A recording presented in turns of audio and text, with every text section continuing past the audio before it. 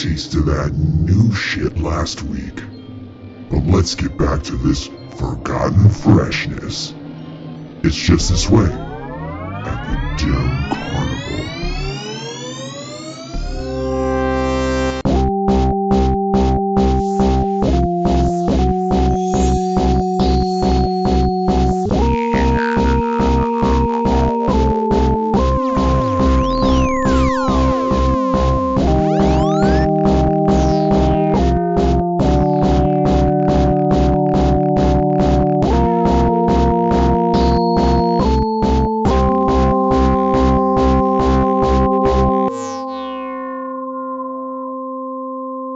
What's up, everybody? Welcome back to the Dim Carnival. I'm Bill.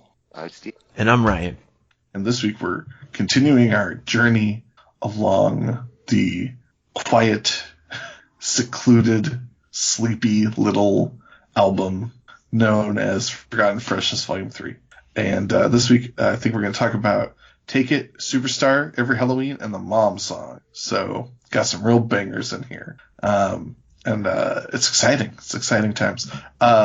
I do want to take a little time off the top. Last week we talked about our Fred Fury release party that we went to. Not ours, but Ryan and I went to. It felt like our party. We honestly. like to throw it for some people. So obviously we're not going to talk about Fred Fury in depth until we actually get to it, which is like, I don't know, 2023 probably. But Ryan, Ryan and Steve, have you had a chance to listen to the new album yet?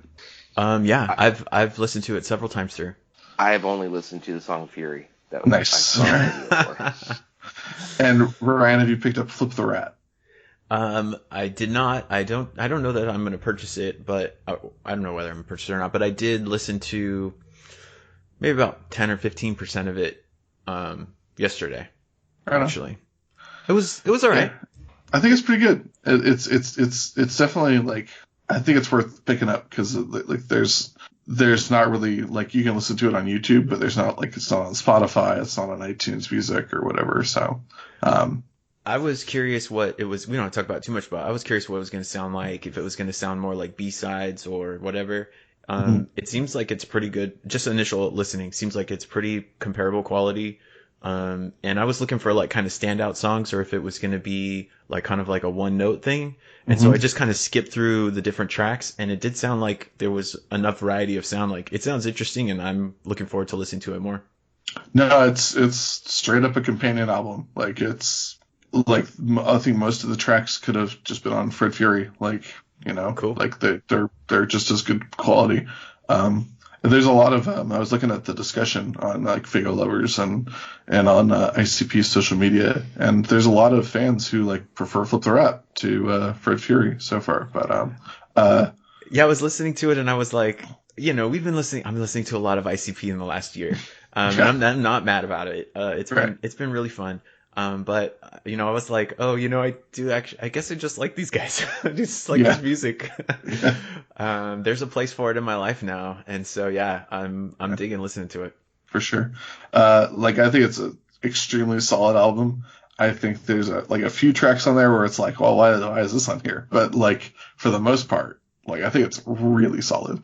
And it's funny because, like, I sort of pay, like, half attention every time they drop a new album. I at least pay, like, some attention to, like, the initial response or whatever, even if I don't, like, listen to the album. And, like, basically, like, so all the comments on, like, the Fury video, like, basically every time they drop a video, like, every single time, if you go on the comments, like, there'll be at least, like, half a dozen people who are like, man, I'm so glad they got back to the wicked shit. This is the best release since Hell's Pit. Like, it happens every single time. I definitely read some of those comments. Yeah, I love it. So do you know about the significance of 665? I don't know anything about that. No. Yeah. So this is pretty interesting. Apparently they talked about it several weeks ago, but Jay explicitly said it in a couple of interviews prior to release day. So this is the second Joker's card. This is the second Joker's deck. This is Fred Fury is the fourth card in the second Joker's deck. And he said, so one, the 6 Jokers card, and so he said 1, there's going to be 3 Jokers decks. And 2, he said the 6 Jokers card, or the final Jokers card in every Jokers deck is going to be the same, Shangri-La and Hell's Pit, which I think is pretty awesome. So every final Joker's card in the deck is going to be a double album. It's going to be Shangri-La and Hell's Pit, because he says like that's where everyone's journey is leading anyway. Like no matter like what the Joker's deck is telling you, like everyone's just ending up in the same place. You're going to go one of 2 places. So like that's the end of the story, no matter what deck you're looking at. And 3. So the first Joker's deck was 6 cards. The second Joker's deck is going to be 6 cards. And the third Joker's deck is going to be 5 cards. So they're not it's a play on 666. They're flipping it. They're going 665. So we've got way more Joker's cards to look forward to, guys. That's like 9 albums by my count, something like that. Not to mention all of their other. Like when he said like every final card is Shangri-La and Hell's Pit, I was like, oh hell yeah, because the Shangri-La Wraith album is so, I love it so much, and I'm excited for when we get there. We're getting there pretty soon too. We are almost there. I just posted about it on Instagram actually yesterday. Yeah, let's talk real quick about what we got coming down the pipe. So we actually skipped Riding Dirty, the second Psychopathic Riders album, and moved to Tales from the Lotus Pod from Freak Show. Riding Dirty came out on the same day as Tales from the Lotus Pod. So we've got Riding Dirty, we've got Blaze's first LP, One Less G in the Hood, and then we've got Mirror Mirror from Twisted, which is an EP. And those are really the last like actual albums, like Jump Steady's Chaos Theory EP or whatever, and then The Pendulum, and then The Wraith. So that's what we still have left to cover / don't necessarily have to cover. So what would you guys think about when we finish Forgotten Freshness 3? We can listen to Riding Dirty and Mirror Mirror and maybe drop some shorter episodes, and then move on to The Pendulum. Like we're going to read The Pendulum and then talk about The Pendulum in an episode. Does that sound good? Or I'd be up for that. I'd be up for I'd be up for if we wanted to just do like a catch-all. I don't know how much, depending on what it comes out to, we could do 2 or 3 albums, in one episode. For sure. All right. So how would we be able to read the Pendulum? It's online. So like once again, these are the ones. If you guys want to make a command decision right now, Riding Dirty, which I do want to listen to because I think it's fun and I think we should cover it. Mirror Mirror by Twisted, I think we should definitely listen to. Yeah. And then One Less G in the Hood by Blaze. And I don't think we need to listen to Jump Steady's album, but we can. Well, let's see. Well, maybe we can. We'll mention it. We'll talk about it. Okay. I'll bring up some stuff if you guys want to listen to it. That's our listening. Those are our listening assignments over the next couple of weeks. And then the next major episode that we'll drop is The Pendulum. So yeah. So there might be some shorter episodes coming up after we finish Forgotten Freshness Volume 3. And then we'll go on to The Pendulum, and then we'll immediately go on to The Wraith, and then we'll go on to Cracked House by Zig Island. So that's exciting. Culminate, and then the podcast is over. But you know what happens after that, Ryan?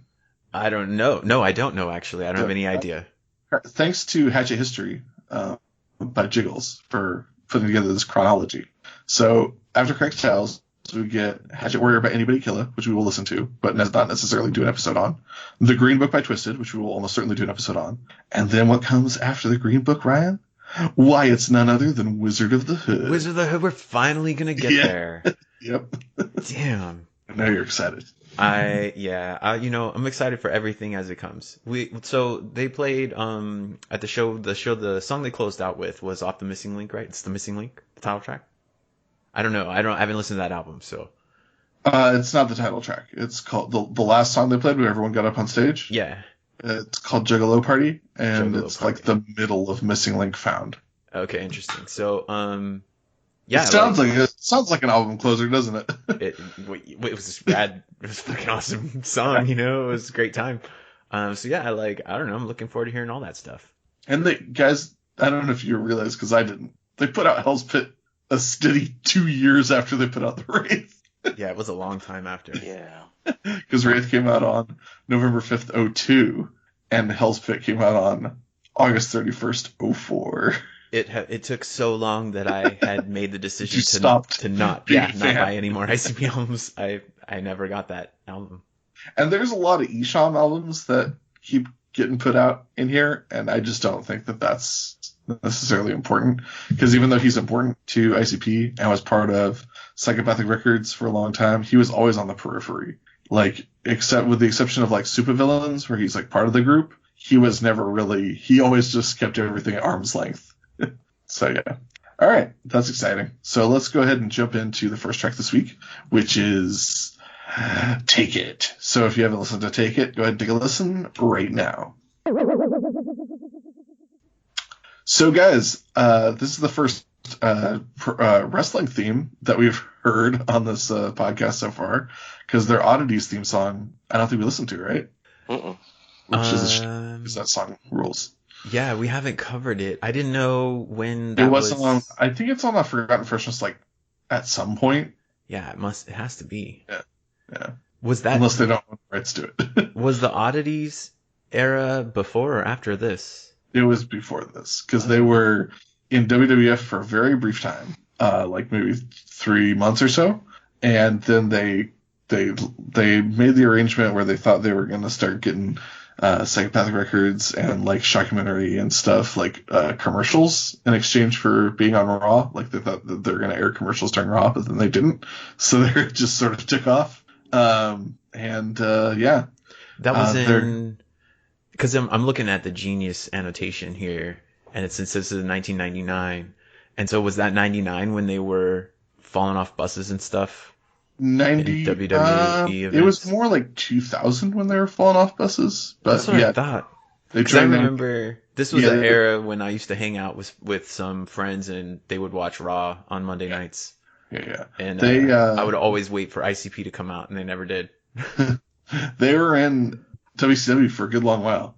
And they, I recently watched, a couple matches from them in WCW, and it's pretty rad. There's a match of Vampiro versus Tank Abbott, where ICP sits in on the commentary desk as Handsome Harley Guastella and Diamond Donovan Douglas, and it's really awesome. And people tuning in must have been really confused if they weren't familiar with what was happening. But like they kept calling Tank Abbott like Stank Flabbage and just good stuff, just your classic stuff. So anyway, they were in WCW, and pretty much from the beginning of when they joined WCW, they were paired up with Vampiro, and Vampiro became their big homie for a long time, and they were part of a stable with him. At first, they were in a stable that had Vampiro and ICP and Raven, which was a stable called the Deadpool, and then Raven fucked off to a different place, and then they were a stable called the Dark Carnival, which makes a little bit more sense. In that match where Vampiro is wrestling Tank Abbott, he has his face painted like a juggalo. Normally he's just got like a scary like skull face, like a scary just white face, but he had his face like real juggalo face paint. And then they also had the Great Muda joined the Dark Carnival, and also the Kiss Demon. Psycho Circus just stole our shit. So yeah, they were in WCW for a long time, and while they were in WCW, they took this song, Take It, and it became one of Vampiro's theme songs that he used as long as ICP was in the company, and it was this song was used on this song appeared on, there was a WCW like entrance themes compilation album, and the song was on there. So it was basically a song that they like had, and then when they knew it was going to become his theme song, they just changed it to add like the Vampiro. Yeah. Nice.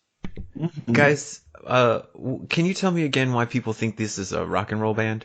Because this is a rock and roll band. This is just a rock and roll song. Yeah. There's not. They don't even rap in this, do they? Yeah, Shaggy does. Oh, I guess maybe Shaggy. So it says that this was originally written about Satan. Oh, good. That was one of the only questions. I was like, who is him? Who's everything up to? It's Vampiro. It's originally written about Satan. Joe Bruce explains that the song is about having to watch somebody he knew go to hell and meet the devil. And he'd have no control over it. And the only advice he would give would be to take whatever punishment the devil gives. Take it. You know? Like, if it was up to me, I wouldn't have to fear him. But just take it. It's fine. You gotta. Yeah, so they added the background vocals to make the song be about Vampiro, and so it's funny it's funny you say that, Ryan, because on the liner notes for Forgotten Freshness Volume 3 it says ICP straight up singing a rock and roll song. That's what it sounds like to me, and I fucking love it. Amazing. I have to say, Jiggles is probably like, Ryan, what the fuck, you're not looking at the website? And that's because Bill started looking at it, and so I didn't want to double down. So this is fresh to me. I didn't look at Hatchet History going into this episode, so I'm loving learning this stuff. Yeah. Very friends exciting. friends don't mean shit on your judgment day. Your mom can't even help your ass because she has to answer for her own evils. This song is about how I would have no choice but to tell my homie, sorry, but you have to take it. If it was up to me, I'd help you, but it ain't. You fucked yourself. You have to take it. Yep. But I mean, it's a fun enough song for an entrance theme for a wrestler. If it wasn't an entrance theme for a wrestler, it'd be kind of not much to it. That's my criticism, is that it's kind of, I feel like there's something that's missing. There's some piece of the story or some information to kind of bring this whole song around. But it's okay. I would say the verses are missing. Right. Well, yeah, it doesn't have the verses. I like the parts where it's like. Yeah. I gotta say I like the Oddities song a lot better than this one. So whenever we get to that one, I did go back and listen to it, and it's Oddities. The Oddities song's like an ICP song. Right, like a full song. I remember, because it had to be in '99. I was watching a pay-per-view at one of my uncle's houses, and I remember really just wanting to watch it because the Oddities were gonna run. I forget which one it was, which pay-per-view. I feel like it was the one where The Undertaker and Kane had one of those, the ring on fire around the ring Inferno match, yeah. And I remember like losing my shit because The Undertaker like ran from inside the ring and Kane was outside, and they blew up the fire as The Undertaker jumped over the top rope. And I just remember thinking like, he can jump over the top rope, and he's jumping over and landing on the ground onto Kane over the fire. It was awesome. That was like when I first that I never liked The Undertaker, and then I saw him do that, and I was like, I like that. And Kane was your favorite. And Kane was my favorite. I loved Kane. I still do. You love burn victims. But I remember getting super excited when I see that. I was like, wow. And I love Jim Ross. Those damn clowns. Well, one of Steve's favorite things for years was when they would get up on the ropes and say hands like this, but they'd be moving their hands super fast. Yeah. It's so stupid. It was awesome. Love it. That's the thing that makes Steve laugh second most behind Photoshop. Yeah. I could spend hours on Reddit's Photoshop subreddit. Nice. Yeah, any further thoughts, guys? I guess we'll talk more about Vampiro when Vampiro gets high. Oh, yeah. Yeah, it's funny. I just tried so hard to like this song. I listened to it over and over, meaning twice. And over and over. Yeah. It checks out. Yeah. And and I didn't know it was a Vampiro's entrance song, so now it makes a lot more sense. If I had known that listening to it, I would have been like, oh. Because I was like saying to myself, I'm not going to talk too much shit about this song because I'm getting to the point where like I'm loving ICP again so much that like I don't want to like mad shit talk stuff I don't like I was in the beginning. So I was just kind of like, I don't care for this song too much. But now I feel okay. Like, oh yeah, no.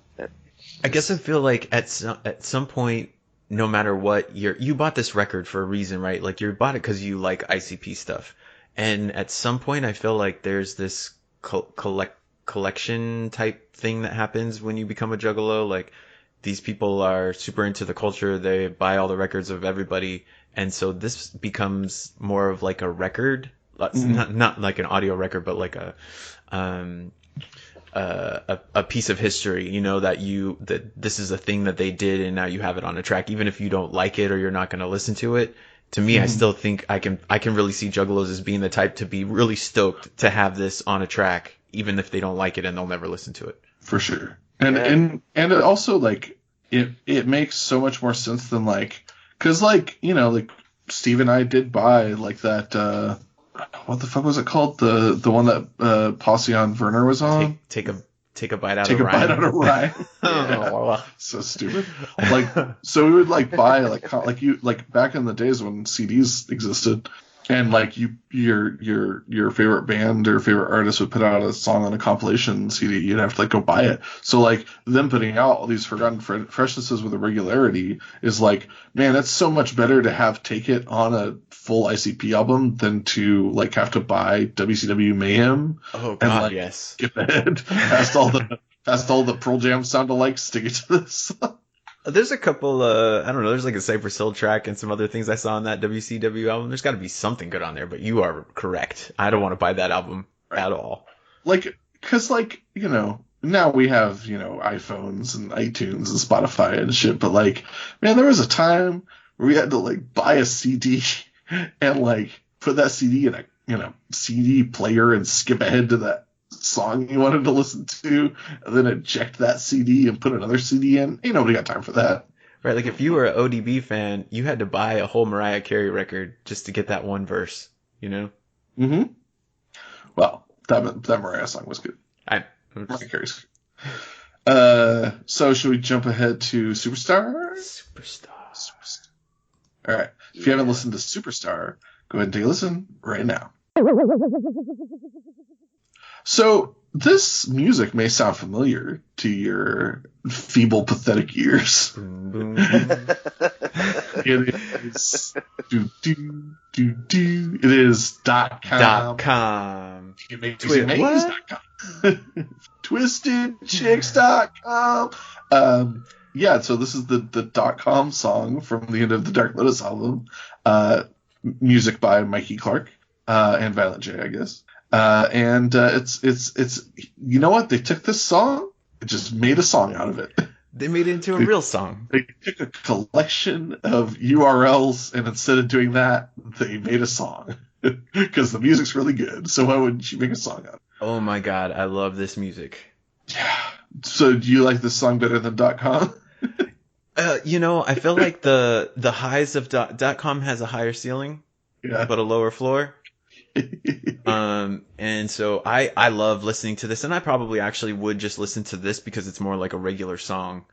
Like you could remember the lyrics and exactly. But the chorus. Yeah, but my favorite moments in .com are always going to be like, that's what the song is like, and this is just what came after to me. It will be in my mind for sure. For Juggalos by Juggalos.net. So I think this is interesting. So what I thought about this song is obviously, so this song is about an alternate reality where Violent J is talking about if things were different, if he had his way, what his life would be like as a superstar, and all the people that he would hang out with and all the bullshit things that he would do. But you know, there is this sort of sarcastic tone throughout the whole thing. And so my initial read is that it's supposed to be just making fun of that's obviously not their lifestyle, and it's not what they're interested in, because he makes specific references to like forgetting who Twisted are, for example, right? And Shaggy Tudo. But what I really thought about it after listening to, I listened to it like 5 or 6 times in the last week. I still feel like they kind of want that a little bit. Like they're still, even if they know it's not their thing, everyone is still drawn to that lifestyle. That Hugh, you know, they mentioned Hugh Hefner in the Playboy Mansion. like, I know that's never gonna be them. But if they had a chance to do that, they would definitely take it, right? Take it. Yeah, no, I think that was definitely true at the time. Like they were, I think on certain levels they have always been resentful. Like they've always embraced the world's most hated band thing and been like, fuck you, we'll do it ourselves. But I think on a certain level, up until recently, they've always had a level of resentment. Like that's what's kept that chip on their shoulder. You know, like, well, we've been working so hard and we've done all this and we have all of this and we still have no respect. Like we've made this all entirely ourselves. And we have this legion of fans that's super dedicated to us and super into what we do.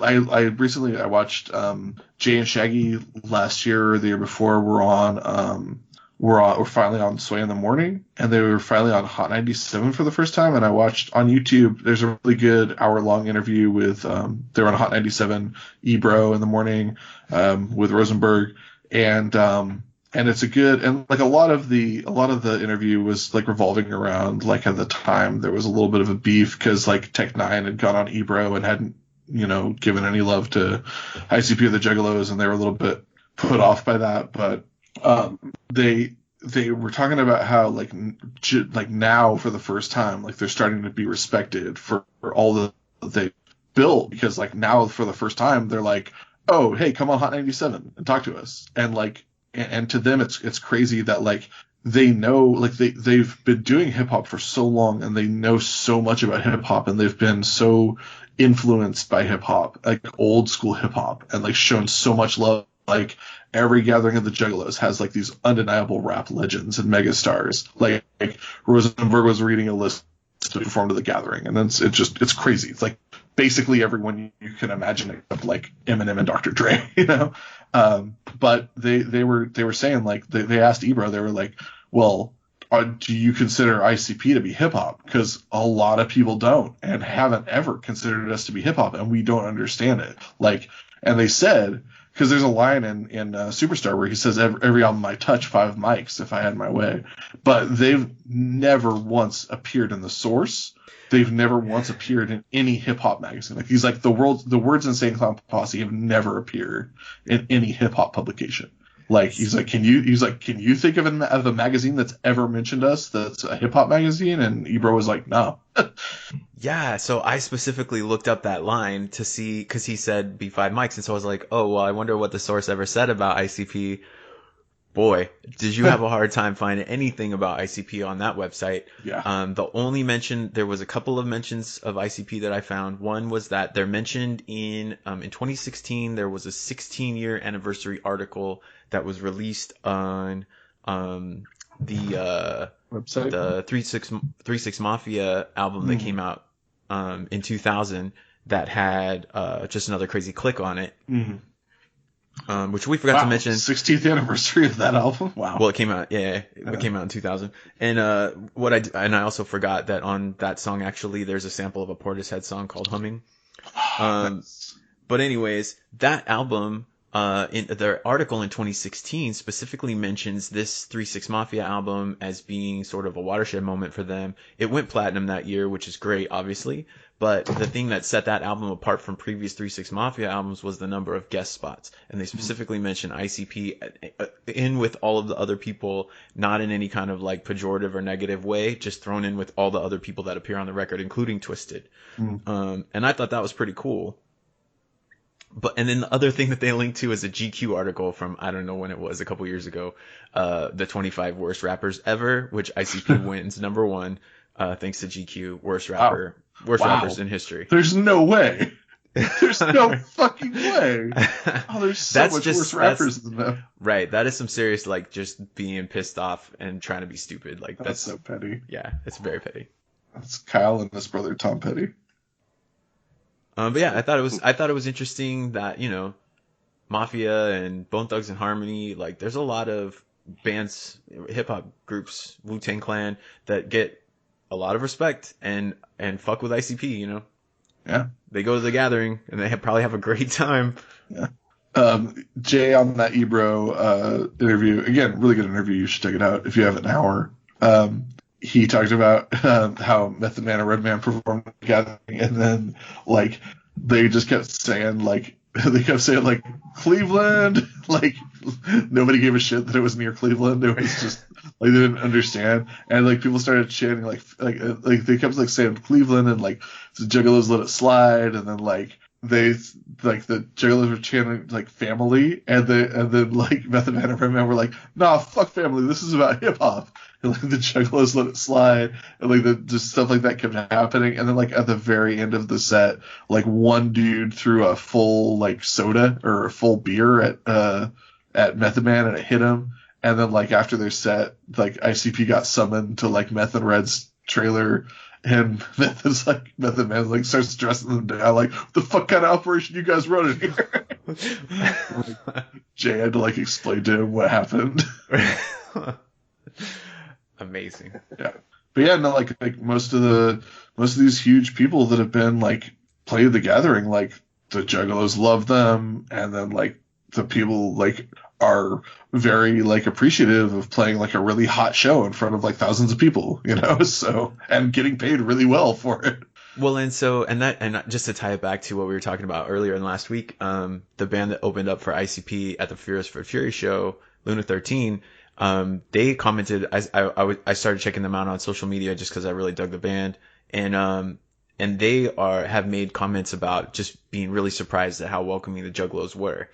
And when I was telling my girlfriend about it later after the show, I was thinking like it's probably really tough to play with ICP because the fans are going to be really hot or cold. Like if they don't like you, then they're going to be like, you know, what I think of as like the Metallica fans, where like you couldn't play with Metallica, right? Everybody just fucking turn their backs on you or whatever.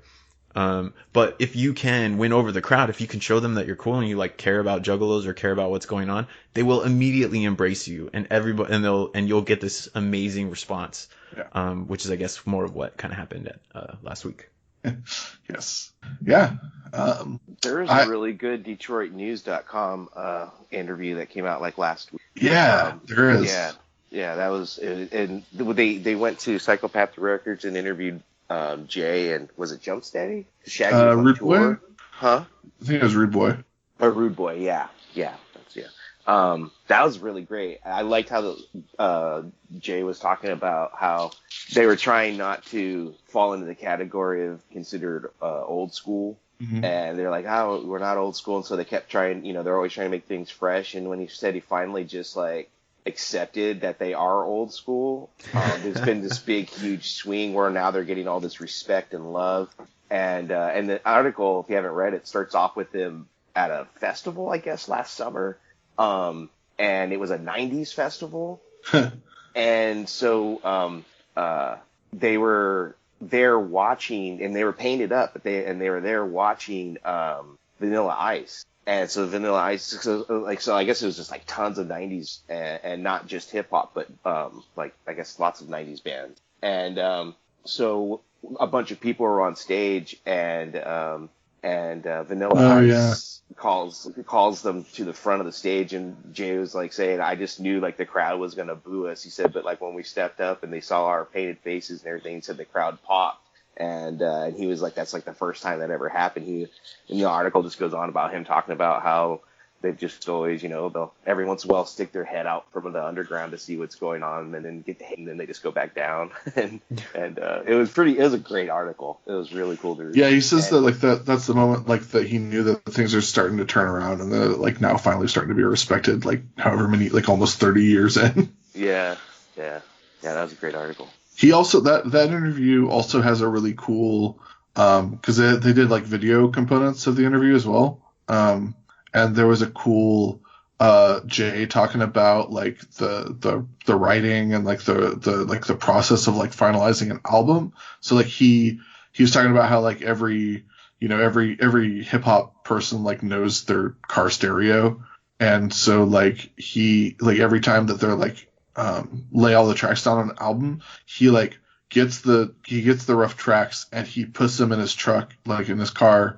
and he drives like on the freeway. He drives like all the way to the end of this freeway in like Detroit, and then like he'll turn around and drive all the way back, and he like listens and he like takes notes on his phone, and then like they go into the studio and they like do more shit, and they tweak some stuff and they like remix some stuff. And he said like finally, like, you know, a few weeks before Fred Fury was coming out, he drove that loop like 3 or 4 times. He didn't take any notes. He's like, that's what I knew.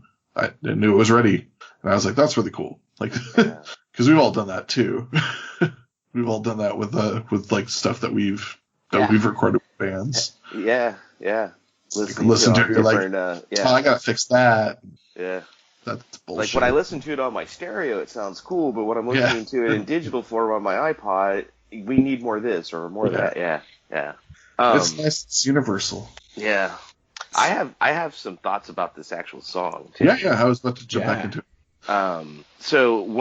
So for me, my interpretation of this song is it kind of reminds me, like, like Violet J, just, you know, they had this track, and I felt like he took ideas that they were using on the Bizarre albums about, like, fuck the Juggalos and we're going to become famous. And you know how they had a few songs like that on there, and there's kind of that feel. And this song kind of like encapsulates all of that. Like, now this is who he turned after he was successful with trying to do it off of the Bizarre album. And to me, this song, like It, is a Photoshop version of the original songs. So I absolutely love this song like I love It. And to be honest, I know this will shock you guys, but when I talk about my big iPod playlist that I had, I had like my 80 or 90 songs on it. There were 3 songs off this album that were on it, and it was it's this song, Superstar, and then Every Halloween. And Cartoon Nightmares didn't even make my list. Wow. Yeah, I knew that was gonna blow your guys' mind. Wow. So, like, we're gonna talk about 2 of my favorite songs off this album in this podcast alone, and then It was my other favorite. That's awesome. And, that's cool. Yeah, I love this song.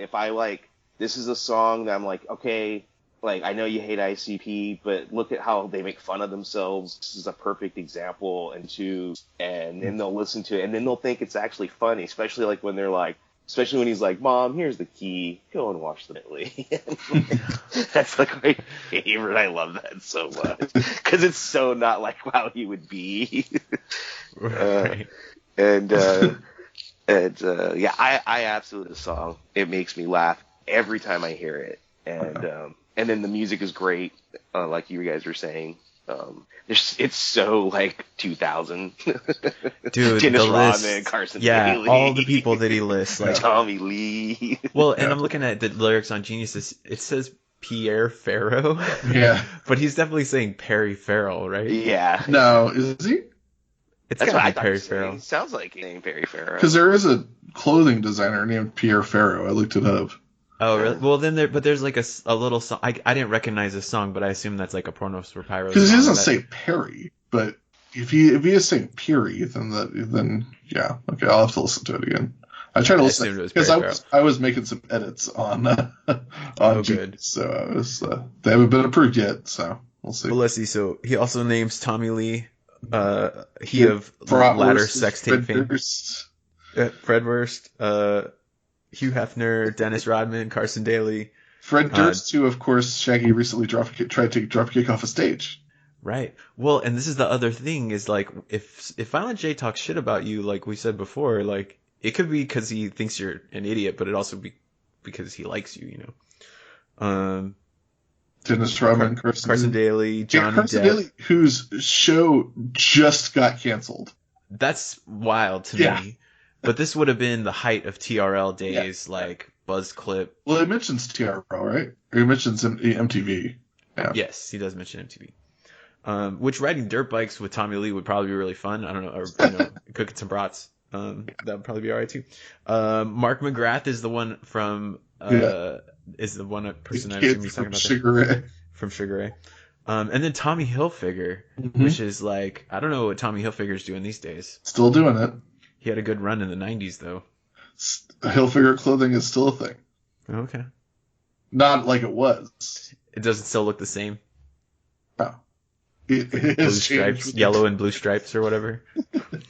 My favorite thing about this song is the bus driver. Yeah. Who do you think that is? Like Jump City?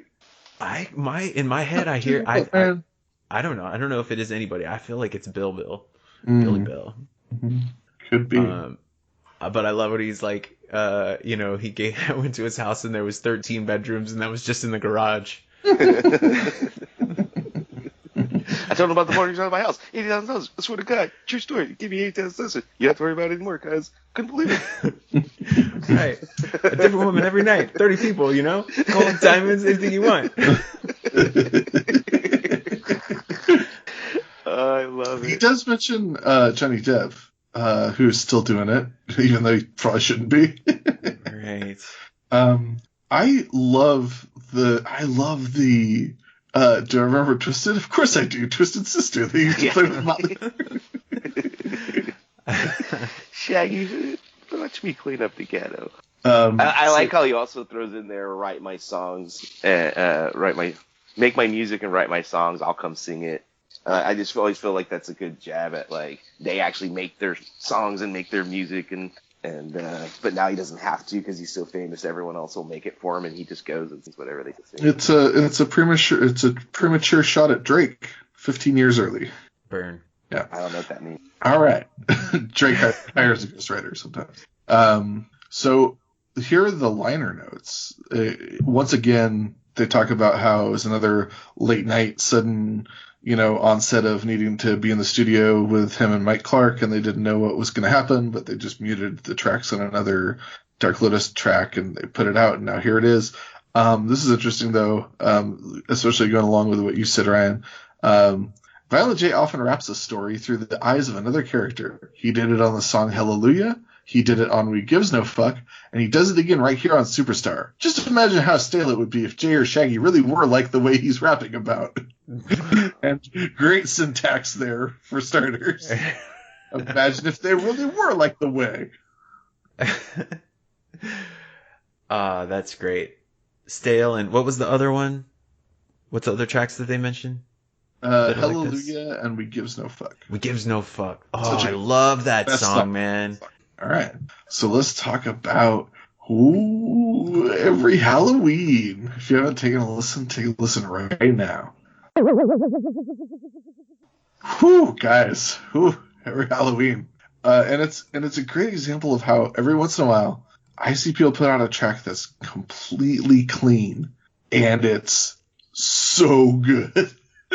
I didn't even realize that. Be like profane or anything. It's just a good fucking track. Wow. That's really cool. That did not occur to me. That is awesome. Yeah. I think that when they dropped this particular track, which was for a Halloween Kid, I think it was like they got it on the radio in some places. Like I think it was like a single. That's so cool because that's kind of what I was thinking when I was listening to it, is that it's very approachable ICP content. He's writing a song that's building a bridge to their content. Yeah. And so that's fucking awesome. Yeah. Even crazier. So these are the liner notes, and this is their motivation for it, basically, which is pretty wild. Who could ever forget the September-October months of 2001? The entire country was in mourning over the September 11th terrorist attacks. The TV wasn't showing anything but the fucking news. The radio was censoring itself ridiculously. They wouldn't even play shit like Van Halen's Jump or John Mellencamp's When the Walls Come Tumbling Down. Because they said they could be mistaken for songs about the World Trade Center disaster. How in the fuck do they expect American people to continue to get on with their lives and not live in fear all the time when the fucking media is sticking this issue up your ass 24 hours a day? ICP wanted to help too. And when I say help, I don't mean by giving money or anything like that, because they have no money. I mean help by helping the world get back to normal. Damn it, they were going to let bin Laden steal Halloween. They made every Halloween and sent it to radio stations all across the country. They hoped the DJs would play it and help take people's minds off the tragedy and bullshit like that, and instead focus them on good things like Halloween. Much to ICP's and Psychopathic Records' surprise and delight, many stations did. The song received almost the most radio play any ICP song ever had. And They also put it on the ultra special and super rare 8th annual Hallowicked free CD, which is passed out to only the 5,000 juggalos who attended the 8th annual Hallowicked Clown Show in Detroit on October 31st, 2001. Like, talk about building a bridge, man. Like, you couldn't have said it any better. That's fucking awesome, man. That makes me like this. I mean, this was already, I'm just going to say it, this is my favorite song of the week. and it's not going to be Cartoon Nightmares, but it's probably my second favorite song on the album. And that just makes me like it so much more. All of this stuff is so fucking cool, man. That's rad.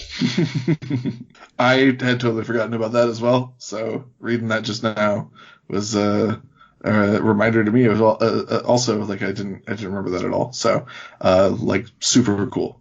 Yeah, one of the notes that I wrote, there's a line where he says, basically, so the song is about how on Halloween night is the one night when they're basically when they get any props and like actually people want to impersonate them or whatever, welcome them. But every other 364 days of the year, they just get shit on. Everybody hates them. Yeah. And he's kind of bitter about it. But there's a line where he says, on Halloween, little kids come up and hug me. Mm-hmm. And so that's what I was thinking. I was like, well, it doesn't sound like he's really actually very mad about that. Like, that's just the thing that happens. And I just picture him, Violent J with his axe out, it's got blood on him and he's walking through the streets and little kids come up and give him a hug and he just like kind of rolls his eyes and he just keeps lurching along, Nice. And that's kind of what it felt like. Like, he's complaining and he's upset about it, but he's also like, he's doing something that's like, well, come on and check it out a little bit, Yeah. Man, this song's just so good. It's so good. It's unbelievable how good this song is. Music's really good too, but Steve, what do you got to say about it, man? Yeah. Sorry, I just stepped on my cat. Oh no! Well, we heard that. I'm sorry. I didn't see you underneath that blanket. Cats get stepped on sometimes. It happens. Oh, poor guy. Okay.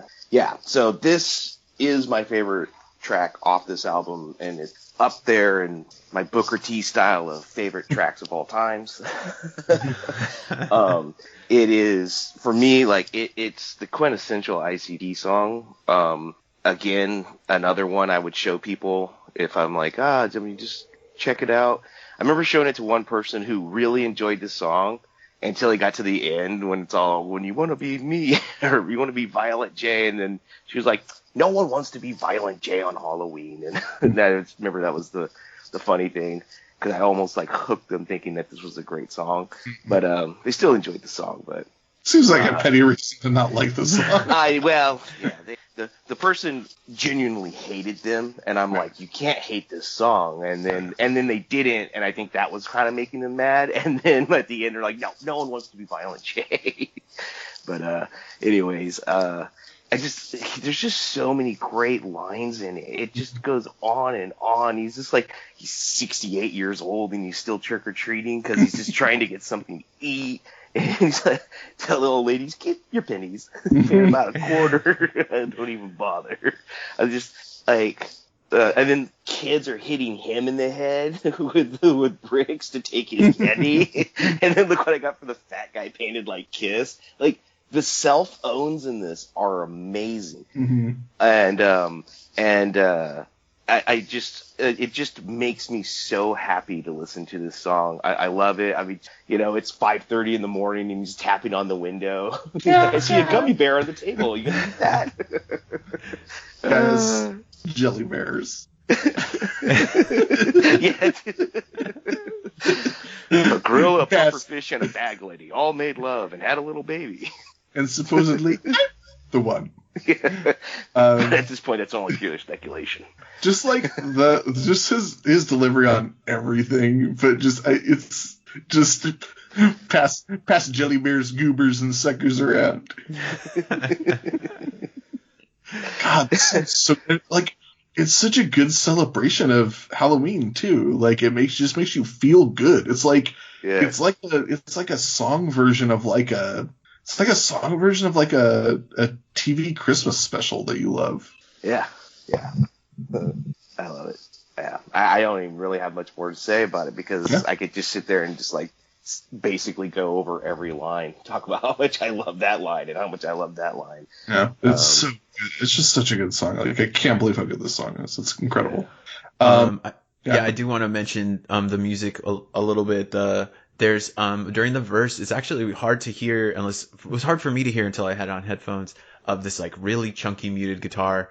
But the main sound is some kind of synthesizer. Yeah, I think it's like an analog synthesizer. sounds really, really awesome. And the songs that are the more like spacey, futuristic sci-fi sound with those little weird bleeps and pops are becoming my favorite of the music from ICP tracks. So I really, really appreciated the music on this. And then of course the chorus is just real heavy guitar, which is really fun. You know, it's fun to sing along to or whatever. Yeah, for sure. And yeah, just everything about this song is a good time. Well, I don't care. Yeah. Oh, man.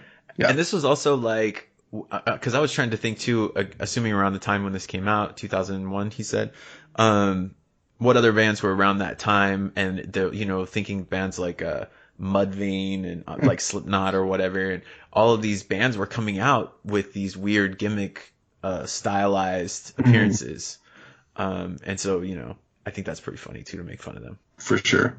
All right, let's just talk about the Mom Song by Cisco. If you haven't listened to the Mom Song, go ahead and take a listen right now. All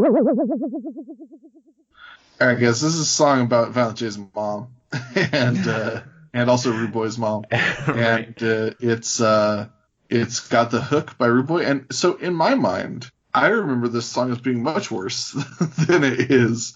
And I also remember Rude Boy being much worse at singing than he is on this track. And also I listened to, because this is just a remix of Tupac's Changes, which is itself a cover of Bruce Hornsby. That's just the way it is. But I listened to, because that Tupac song is really fucking good. But I listened to it again, and honestly, guys, if you listen to that song in 2019, the dude singing the hook on Changes by Tupac ain't that much better than Rude Boy. Right. I agree. Yeah. I feel like this is Rude Boy. They've been trying to figure out a way to get him in here. What can Rude Boy do? Well, he could sing a hook to a ballad or whatever. Not a ballad, a mom song. I think he did great. Yeah, it's just the way it is.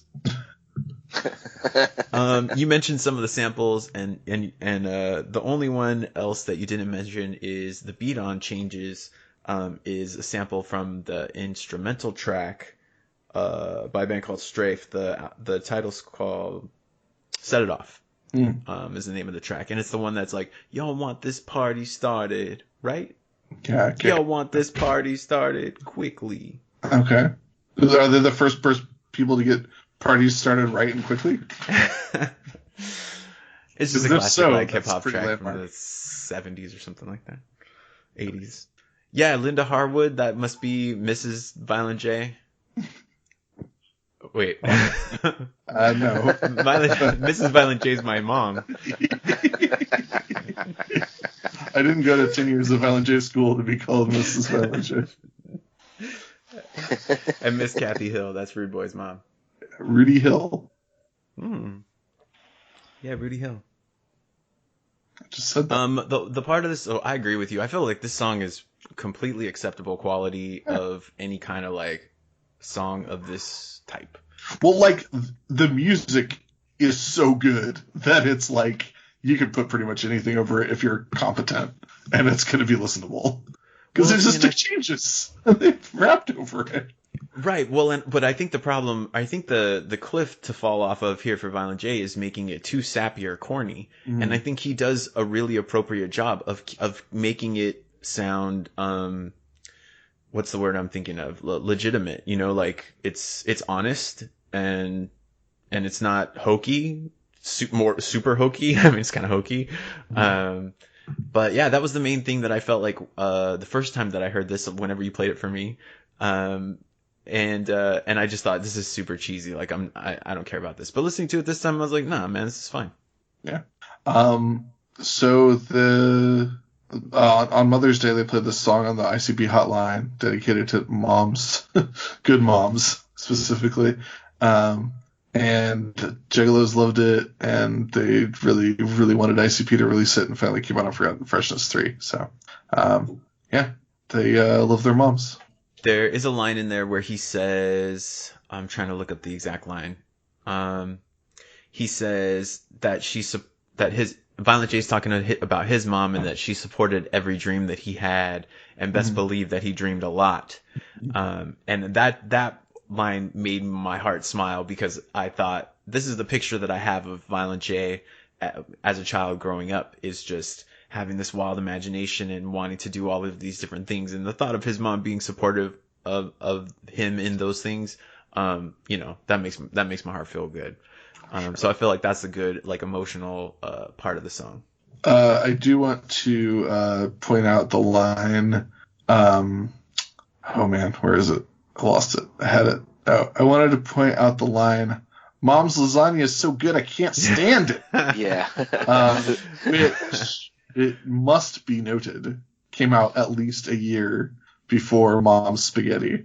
Ooh. So they were talking about their mom's pasta way before Eminem. Wow. And they did barf it up. That is an incredible pull. Well done, Bill. Mom's lasagna is so good I can't stand it. And they also talk about, a couple times they talk about snakes. And this predates, of course, Snake Busters, his series that he has with Ruby. I feel like this is a nice little appetizer, because we're gonna actually get to hear Linda Harwood, indeed, laying down some vocals. But you're gonna have to wait till next week. That's right, to hear about that.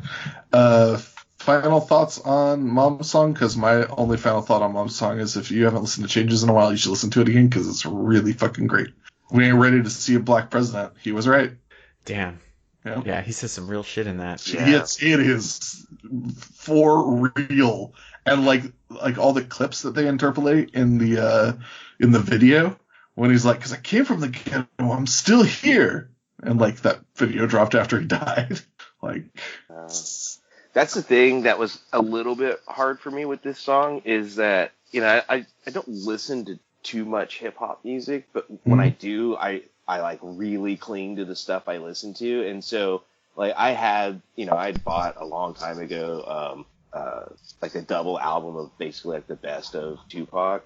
The All Eyes on Me one, or the Greatest Hits? Greatest Hit. Okay. And Changes is on there, and there's so great songs on there. And so that song always gets to me. It's just such a great song. So to hear this, I was, I've always been a little, not skeptical, but just like, be careful, because that's an amazing song to be, kind of, because it has such a targeted message that everyone needs to hear, but, it's celebrating and putting a voice to a community that's not ever truly being listened to very much. And even if people listen to them, it's just like blowing it off and saying they're wrong for having their opinions on how they've been in this country for 400 years. And so that's why I was always just a little like not sketchy, but just kind of like, that's kind of, just be careful with it. But they did a great job. And I do really like this song, because it's about moms. And so that's, something that everyone can connect with. So yeah, if they were going to take this song and like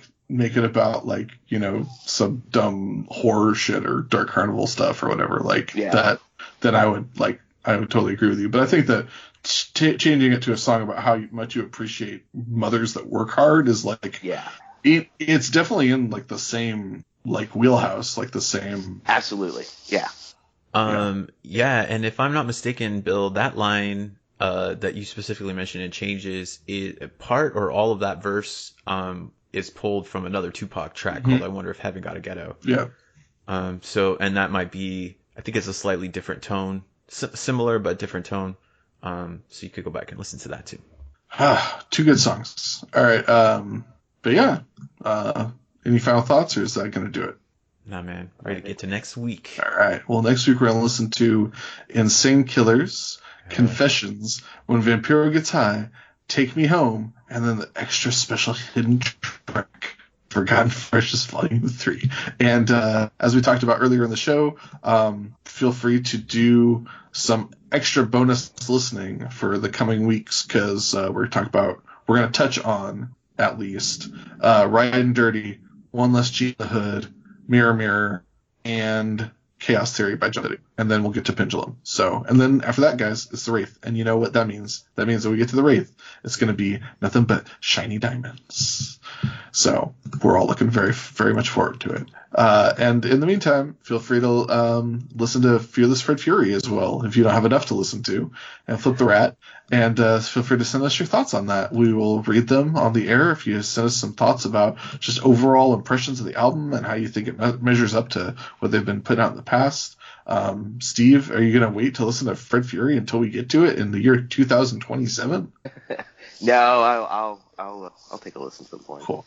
Outside of doing these assignments, I actually don't really listen in the place. So then that's another assignment for you. It's I think you'll like it a lot, Steve. But just want to say, listen to Satellite. It's gonna be. Oh my God, Satellite is really good. Also, like, seriously hilarious. I like Low. Yeah. I thought Low didn't go over well when they played it live, but I like it. I think once everyone knows it, it's gonna go over real well live. Right. Yeah. All right. Well, anyway, we'll talk more about it next week. And we'll talk about everything else next week. But email us at dimcarnival@gmail.com. Leave us some reviews on iTunes. If we like them, we'll read them on the air. I mean, we'll read them on the air, regardless. They make us feel good. If you give us a 1-star review and you're like, these guys suck, we'll read that on the air too. But thanks to everybody for listening. As always, check us out on Twitter and Instagram at Dim Carnival. Check me out on Twitter at Sundown Motel. Until next week, I'm Bill. I'm Steve. And I'm Ryan. And Mom's lasagna, guys, is so good. I can't stand it. I want lasagna now.